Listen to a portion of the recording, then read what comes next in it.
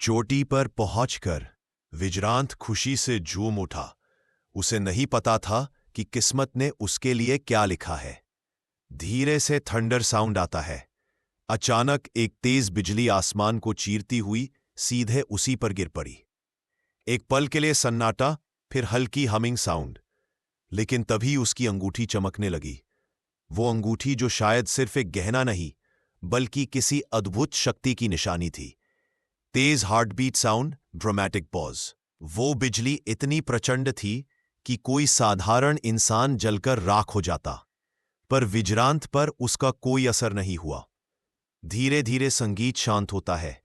हाँ, उसका शरीर अब भी कमजोर था, लेकिन शायद उस पल में उसके भीतर कुछ बदल गया था, कुछ ऐसा जो आने वाले समय में उसकी पहचान बनेगा। संगीत उठता है, logo fade in. The mysterious vault episode 3। Brajesh Yadav. तो चलिए शुरू करते हैं आज का रहस्यमयी अध्याय, जहां एक बिजली ने बदल दी एक योद्धा की किस्मत। मैं हूं ब्रजेश यादव और आप देख रहे हैं द मिस्टीरियस वॉल्ट। करीब 7 घंटे बाद जब उसने आंखें खोली तो वह एक झोपड़ी में था। उसने आसपास नजर घुमाकर देखा और हैरान रह गया, क्योंकि वह और कहीं नहीं अपने ही घर में था।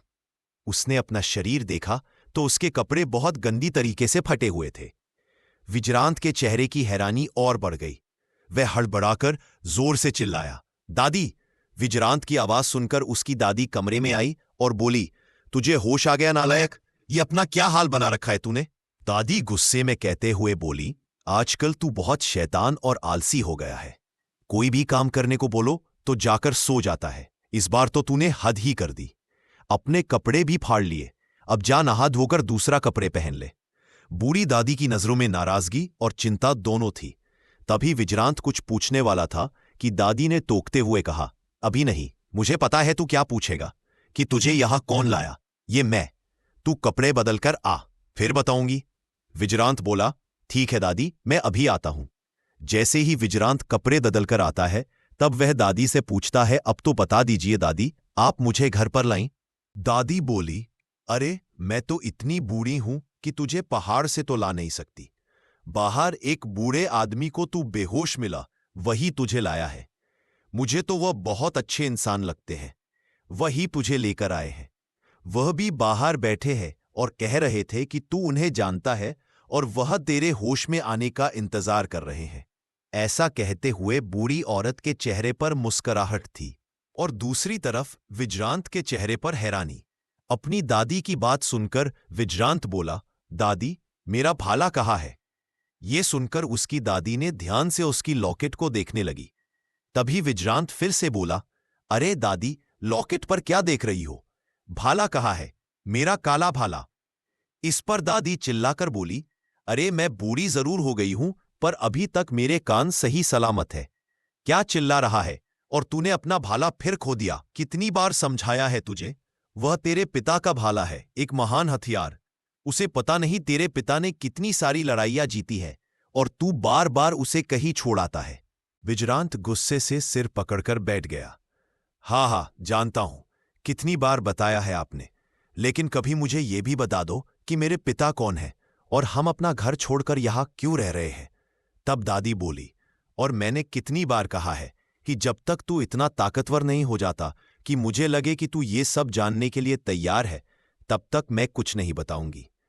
विजरांत गुस्से से उठकर बाहर की ओर जाने लगा। तब दादी बोली, कहाँ जा रहा है अब? विजरांत बोला, दादी, अपना भाला ढूंढने जा रहा हूं। विजरांत जैसे ही अपने कमरे से बाहर निकला, वह घबरा गया।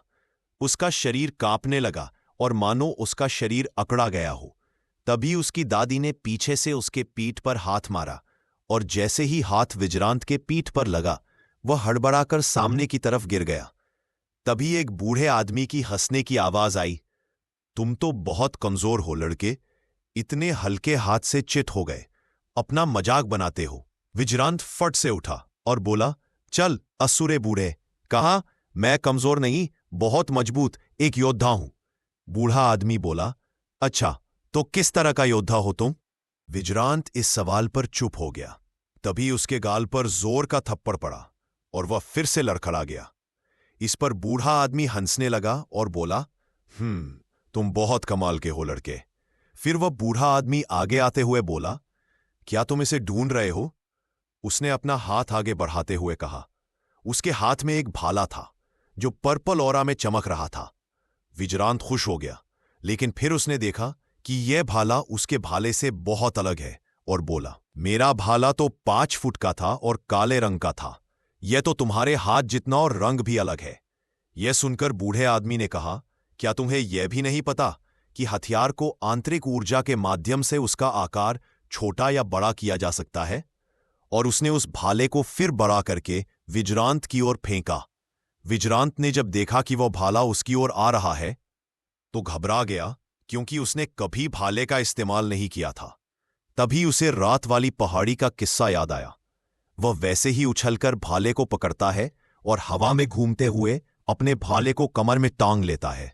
यह देखकर वह बूढ़ा आदमी हैरान होकर बोला, तुमने यह कला कहाँ से सीखी? विजरांत ने मन ही मन सोचा, यह मैंने क्या कर दिया? यह बूढ़ा आदमी वही था जो महारक्षक निषाद वेदा के साथ उस महिला योद्धा से हवा में लड़ रहा था। विजरांत ने सोचा, अगर इसे पता चला कि उसका वह ग्रंथ मेरे पास है तो ये मुझे जान से मार देगा। विजरांत ने कुछ पल सोचा और बूढ़े आदमी से बोला, मेरे बाबा एक महान योद्धा थे, मैंने उन्हीं से सीखा है। मैं कोई आम योद्धा नहीं हूं, मैं इस राज्य का सबसे कम उम्र में बनने वाला योद्धा हूं। एक बात और, तुम्हारी जान मैंने ही बचाई है। विजरांत सीम तान कर बोला। बूढ़ा आदमी मुस्कुराकर बोला, अच्छा, कैसे बता रहा है मुझे?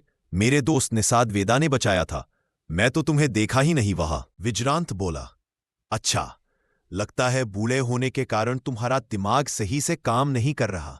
भूल गए क्या? तुमने रक्षक निषाद वेदा को बुलाया। वह तो मैंने ही सैनिकों को चकमा देकर आपातकालीन घटा बजाया था। वह खतरे से आगाह करने का जरिया है, जिससे सुनकर महान रक्षक निषाद वेदा वहां आए थे। मैंने तुम्हें आसमान से पहले ही गिरते हुए देख लिया था। बूढ़ा आदमी हैरानी से चौंक गया और अपनी अंदरूनी शक्ति के माध्यम से विजरांत के शरीर की जांच करने लगा, पर वह विजरांत और उसकी शक्ति को जांचने में असमर्थ था। तुम मुझे इतनी दूर आसमान से गिरते हुए कैसे देख सकते हो? मेरे और उस लड़की के ऑरा को तो 3 स्तर के आगे के योद्धा ही देख सकते हैं। विजरांत बोला, देखो, अब तुम ज्यादा ही बोल रहे हो। मैं इस राज्य का सबसे ताकतवर जवान योद्धा हूं, पर तुमने मेरी बहुत मदद की है, तो मैं तुम्हें बता ही देता हूं। मेरी नजरें बहुत तेज हैं, दूर के हमले और खतरे महसूस कर सकती हैं। बूढ़ा आदमी विजरांत को हैरानी से देख रहा था।